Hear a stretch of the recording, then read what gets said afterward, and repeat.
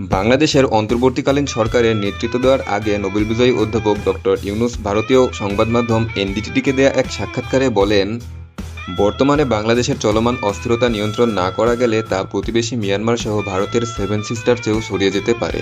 তার এই বক্তব্যের পরেই সামাজিক যোগাযোগ মাধ্যমে লুৎফুজ্জামান বাবরকে নিয়ে আলোচনা চলছে। অনেকেই মনে করেন লুৎফুজ্জামান বাবর ভারত সরকারের কাছে একটা আতঙ্কের নাম। লুৎফুজ্জামান বাবর সেভেন সিস্টার্সে বিদ্রোহী দল বানিয়ে দিয়ে ভারতকে অস্থিতিশীল করে দিয়েছিলেন। চীন পাকিস্তান মিলে ভারতকে যতটুকু ক্ষতি করতে পারেনি তার চেয়ে বেশি লুৎফুজ্জামান বাবর করতে পেরেছেন।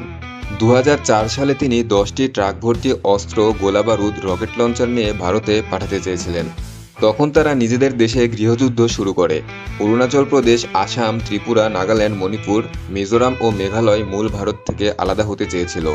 আর সেখানকার আন্দোলনকারীদের 10 ট্রাক অস্ত্র সরবরাহ করতে চেয়েছিল এই লুৎফুজ্জামান বাবর, কিন্তু শেষ পর্যন্ত করতে পারেননি।